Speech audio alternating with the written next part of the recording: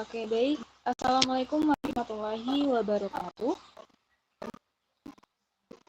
Baik, yang terhormat kepada Ibu Janatin Arduha, SSI MSc, selaku dosen pengampu mata kuliah Fisika Modern, dan kepada teman-teman yang hadir pada Google Meet pada siang hari ini, di mana kami dari kelompok 2 akan mempresentasikan hasil diskusi kami mengenai efek fotolistrik, di mana kelompok 2 beranggotakan saya sendiri, Meilani Fariski, yang kedua ada Kasusan Meliasari, ketiga ada Pujo Rahmat Hidayat, Kristina Nestalia, dan Khalilullah. Selanjutnya Pujo.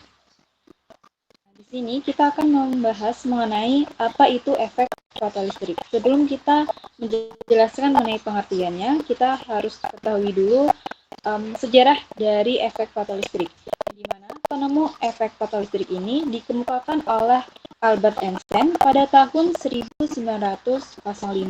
di mana membawanya mendapatkan Nobel pertama dalam bidang fisika pada tahun 1921, di mana penemuan ini merupakan langkah penting dalam perkembangan mekanika kuantum dan kuantum cahaya dan elektron. Nah, di mana efek fotolistrik ini adalah peristiwa terlepasnya elektron ketika logam diradiasikan oleh cahaya ataupun foton yang datang seperti pada gambar berikut itu. Selanjutnya, kita akan bahas mengenai perbedaan sudut pandang yang dimana di sini ada fisika klasik dan juga fisika modern. Yang dimana pada fisika klasik yaitu penemu oleh Hertz menyatakan bahwa cahaya itu adalah sebuah gelombang. Yang dimana Hertz menyatakan yang mempengaruhi efek fotolistrik itu adalah intensitas cahaya dan berbanding lurus dengan energi yang dihasilkan. Sedangkan pada fisika modern yaitu Albert Einstein menyatakan bahwa cahaya itu adalah suatu partikel, yang dimana menyatakan hal yang berbeda, di mana yang mempengaruhi proses efek fotolistrik ini adalah frekuensi dari gelombang cahaya yang digunakan. Oke, selanjutnya akan dibahas oleh Puju. Oke, selanjutnya yaitu mengenai penjelasan efek fotolistrik. Seperti yang kita tahu, yaitu efek fotolistrik adalah pengeluaran elektron dari suatu permukaan ketika permukaan itu dikenai ataupun menyerap radiasi elektromagnetik yang berada di atas frekuensi ambang tergantung pada jenis permukaan. Nah, semakin besar intensitas cahaya menyebabkan semakin banyak elektron yang terlepas. Hal ini dikarenakan efek fotolistrik ini terjadi secara langsung. Kemudian kenaikan frekuensi cahaya akan meningkatkan energi kinetik elektron foton. Dapat dilihat pada persamaan EK sama dengan Hc per lambda per W0, di mana H merupakan konstanta Planck dengan nilai yaitu 6,6 dikali 10 pangkat minus 34, dan untuk W0-nya yaitu merupakan fungsi kerja ataupun energi ambang. Jika frekuensi cahaya lebih kecil dari frekuensi ambang atau F0, maka tidak ada elektron yang terlepas. Nah, untuk elektron yang terlepas dari permukaan logam setelah penyinaran. Nah, selanjutnya yaitu akan diadakan simulasi dengan menggunakan bantuan PET untuk efek fotolistrik yang akan dilanjutkan oleh Kolil. Kepada Kolil dipersilakan. Baik, percobaan pertama pada PET terkait dengan pengaruh intensitas terhadap banyaknya elektron, di mana kalau kita lihat saat intensitasnya 0, tidak ada elektron yang terlepas dari katoda menuju anoda. Namun pada saat intensitas dinaikkan menjadi 30%, maka akan ada sedikit elektron yang bergerak menuju anoda. Saat intensitas dinaikkan menjadi 60%, ada lebih banyak elektron yang terlepas menuju anoda. Namun, pada saat 100% intensitasnya, akan sangat banyak elektron yang terlepas dari katoda menuju anoda. Hal tersebut menandakan adanya pengaruh intensitas terhadap kuantitas ataupun jumlah elektron yang terlepas. Baik, selanjutnya, kalau kita tetapkan intensitasnya 100%, maka harusnya 0,141. Tetapi kalau kita gunakan gelombang 120 kita kecilkan, terjadi peningkatan arus karena frekuensi yang digunakan semakin besar. Itu pada saat frekuensinya sedang itu 1,696.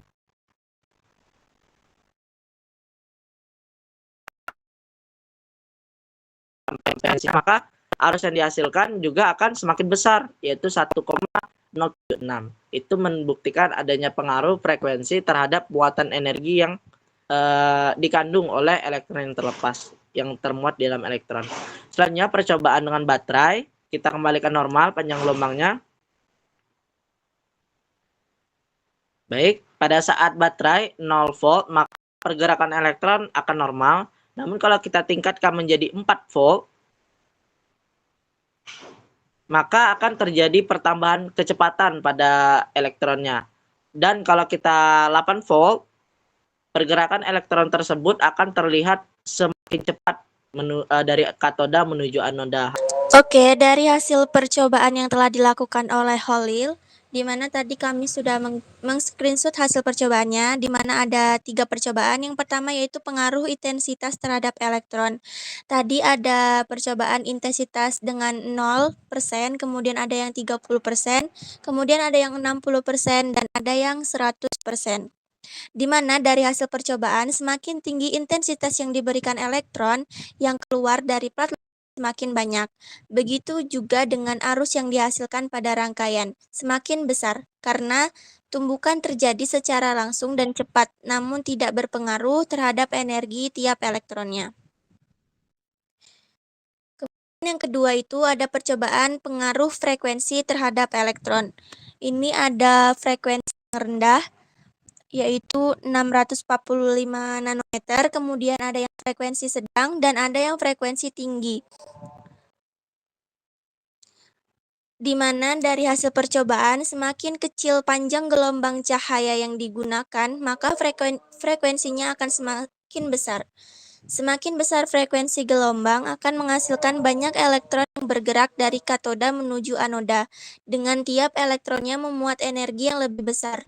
Hal tersebut menyebabkan peningkatan arus yang mengalir dalam rangkaian.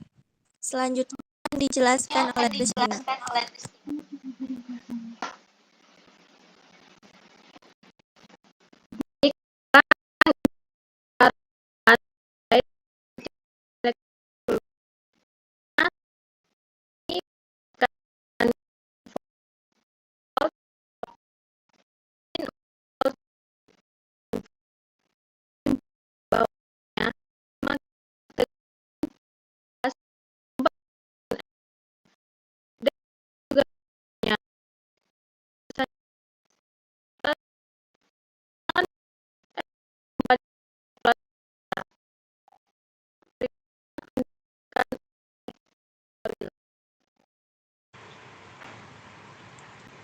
Baik, terkait dengan implementasi efek fotolistrik pada PET yang telah dilakukan, inilah merupakan tabel hasil pengamatan, di mana percobaan pertama itu adalah pengaruh intensitas terhadap elektron. Digunakan 4 intensitas. Saat intensitas 0% tidak ada elektron yang keluar menuju anoda. Saat intensitas 30% ada sedikit elektron yang bergerak menuju anoda. Saat intensitas 60% ada cukup banyak elektron yang bergerak menuju anoda. Saat intensitas 100% ada sangat banyak elektron yang bergerak menuju anoda.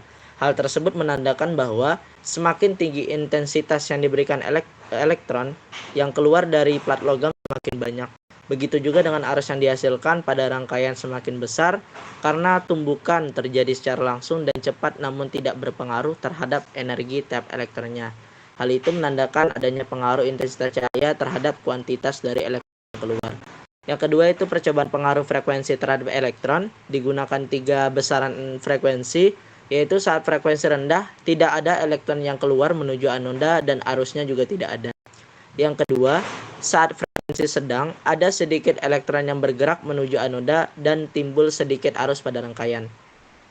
Yang ketiga, saat frekuensi besar ada cukup banyak elektron yang bergerak menuju anoda dan arus pada rangkaiannya meningkat.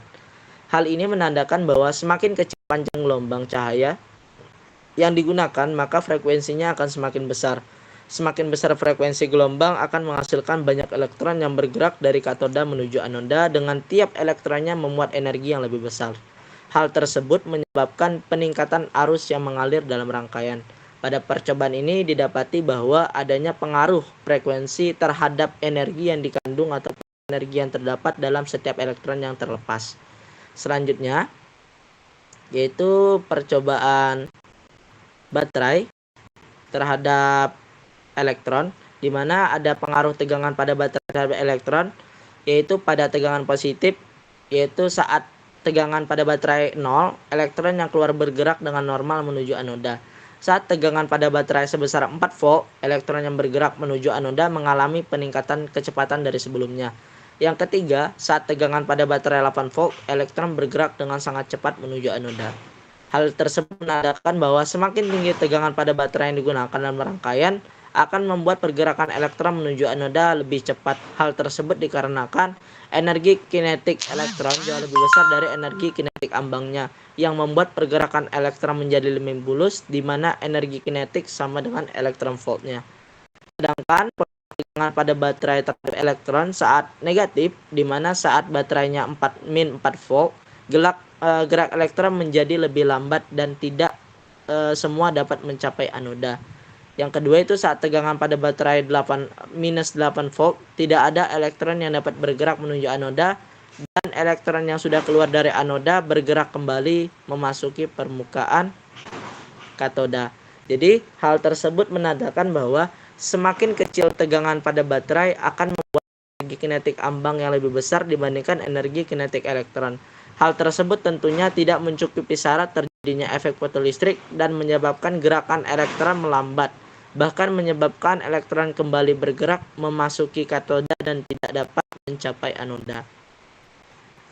Baik, dari penjelasan yang sudah dijabarkan ada sedikit kesimpulan, di mana yang pertama, semakin tinggi intensitas yang diberikan elektron yang keluar dari plat logam semakin banyak. Begitu juga dengan arus yang dihasilkan pada rangkaian semakin besar, karena tumbukan terjadi secara langsung dan cepat namun tidak berpengaruh terhadap energi tiap elektronnya. Yang kedua, semakin kecil panjang gelombang cahaya yang digunakan, maka frekuensinya akan semakin besar. Semakin besar frekuensi gelombang akan menghasilkan banyak elektron yang bergerak dari katoda menuju anoda dengan tiap elektronnya memuat energi yang lebih besar. Hal tersebut menyebabkan peningkatan arus yang mengalir dalam rangkaian. Yang ketiga, semakin tinggi tegangan pada baterai yang digunakan dalam rangkaian akan membuat pergerakan elektron menuju anoda menjadi lebih cepat. Hal tersebut dikarenakan energi kinetik elektron jauh lebih besar dari energi kinetik ambangnya, yang membuat pergerakan elektron menjadi lebih mulus, di mana energi kinetik sama dengan elektron volt yang dihasilkan. Yang keempat, semakin kecil tegangan pada baterai akan membuat energi kinetik ambang yang lebih besar dibandingkan energi kinetik elektron. Hal tersebut tentunya tidak mencukupi syarat terjadinya efek fotolistrik dan menyebabkan gerakan elektron melambat, bahkan menyebabkan elektron kembali bergerak memasuki katoda dan tidak dapat mencapai anoda. Mungkin hanya itu presentasi dari kelompok terkait dengan implementasi efek fotolistrik menggunakan webpad. Mungkin hanya itu dari kami akhiri. Wassalamualaikum warahmatullahi wabarakatuh.